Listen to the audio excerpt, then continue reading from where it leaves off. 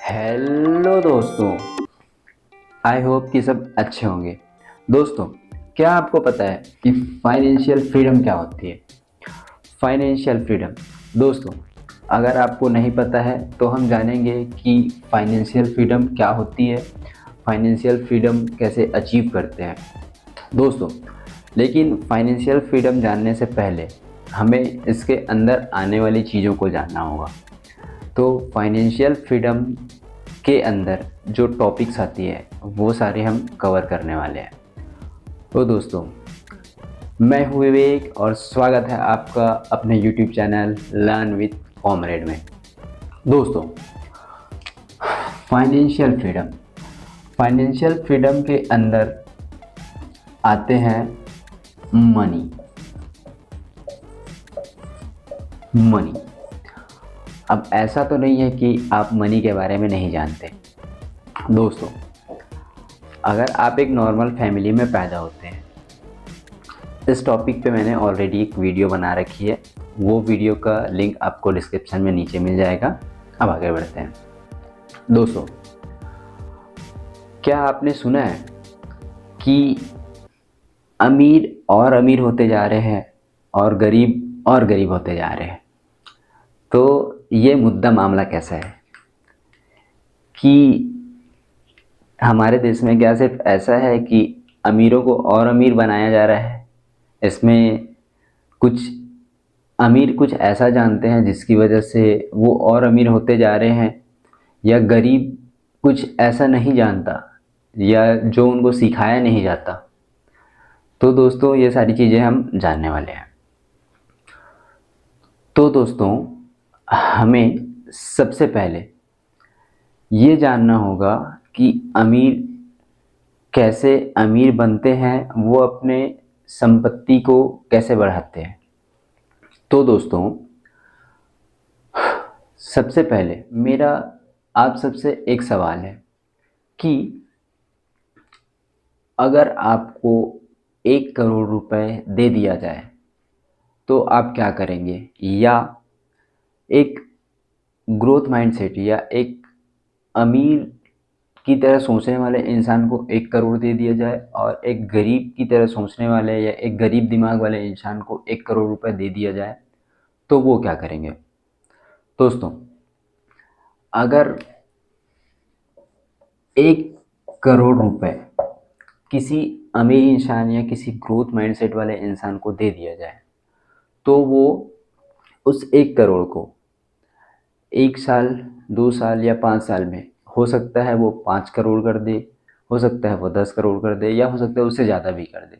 लेकिन दोस्तों, वहीं पे क्या होता है कि ये 1 करोड़ रुपए अगर हम किसी गरीब माइंडसेट वाले इंसान को देते हैं तो वो अपने पैसे को हो सकता है क्योंकि उसको आइडिया नहीं है कि उस पैसे को कहाँ खर्च करने हैं या कैसे उसका यूज़ करना है।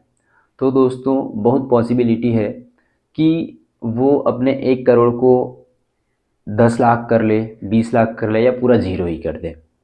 तो दोस्तों, ऐसा होता क्यों है? दोस्तों, ऐसा इसलिए होता है कि फाइनेंशियल फ्रीडम की जर्नी में 2 चीज़ें होती है जो कि सबसे इम्पोर्टेंट होती है। दोस्तों, पहला होता है हमारा एसेट्स, दूसरा होता है हमारा लाइबिलिटीज़। ये समझ तो आ रहा है ना, लाइबिलिटीज़, क्योंकि मेरी राइटिंग इतनी अच्छी नहीं है। तो आगे बढ़ते हैं, टॉपिक पे आते हैं। और दोस्तों, एसेट्स क्या होता है? बहुत ही साधारण लैंग्वेज में समझाऊंगा, आपको अच्छे से समझ में आने वाला है। तो दोस्तों,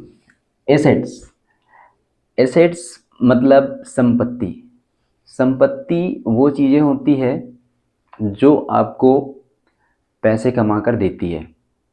जैसे अगर आपका खुद का घर है,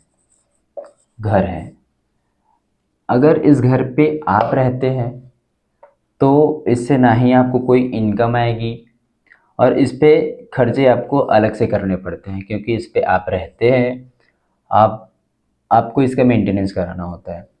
तो दोस्तों, ये आपका एसेट्स नहीं, ये आपकी लाइबिलिटीज़ है। लाइबिलिटीज़ वो चीज़ें होती है जो आपसे आपके पैसे खर्च कराती है। तो दोस्तों, अगर ये घर आपने किसी को रेंट पे दिया है, अगर आपके इस घर पे कोई रेंट पे रहता है, तो आपको उससे एक रेंटल इनकम आती है। तो घर तो आपने एक बार बनाया, लेकिन आपको इनकम हर महीने आती है। तो इस तरह से एसेट्स और लाइबिलिटीज़ के बीच का फ़र्क अमीरों को पता होता है, जिसकी वजह से अमीर अमीर बनते जाते हैं और गरीब गरीब होते जाता है। दोस्तों, ऐसे ही एसेट्स और लाइबिलिटीज़ के अंदर ऐसी कितनी सारी चीज़ें हैं जो कि एसेट्स और लाइबिलिटीज़ के अंदर पे आती हैं। तो दोस्तों, एसेट्स और लाइबिलिटीज़ मेन हमारा एसेट्स और लाइबिलिटीज़ और आता है उनके अंदर में इनकम और एक्सपेंस। तो दोस्तों, अगर हम फाइनली फाइनेंशियल फ्रीडम की बात करें, तो फाइनेंशियल फ्रीडम उसका एग्जैक्ट मीन्स होता है कि उतने पैसे या उतनी इनकम, जिस इनकम के आने के बाद आप पूरी तरह से फ्री हो जाते हैं। कहने का मतलब कि आप काम करें या ना करें, उस इनकम के आने के बाद आप काम करें या ना करें, ये आप अगर आपने एक अमाउंट सोचा है, जो कि जैसे आज आप 20 साल के हैं और 40 साल तक आपने एक गोल सेट किया है। 40 साल तक आपने एक गोल सेट किया है, तो 40 साल की उम्र तक आपने जितना अमाउंट सोचा है, अगर उतना अमाउंट आप रख लेते हैं, आपके पास हो जाते हैं।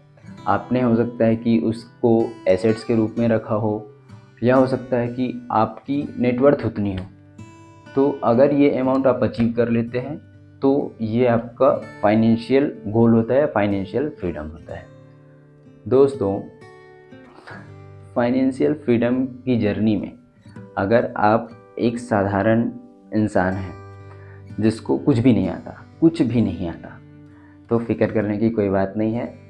हम स्टेप टू स्टेप सारी चीज़ें जानने वाले हैं, और क्योंकि फाइनेंशियल फ्रीडम के अंदर काफ़ी कुछ चीज़ें आती है, तो हम उन सारी चीज़ों को अपने वीडियो में एक एक करके कवर करने वाले हैं। पर दोस्तों, अगर हम एक ही टॉपिक में पूरी फाइनेंशियल फ्रीडम की जर्नी की बात करेंगे तो वीडियो काफ़ी लंबी हो जाएगी।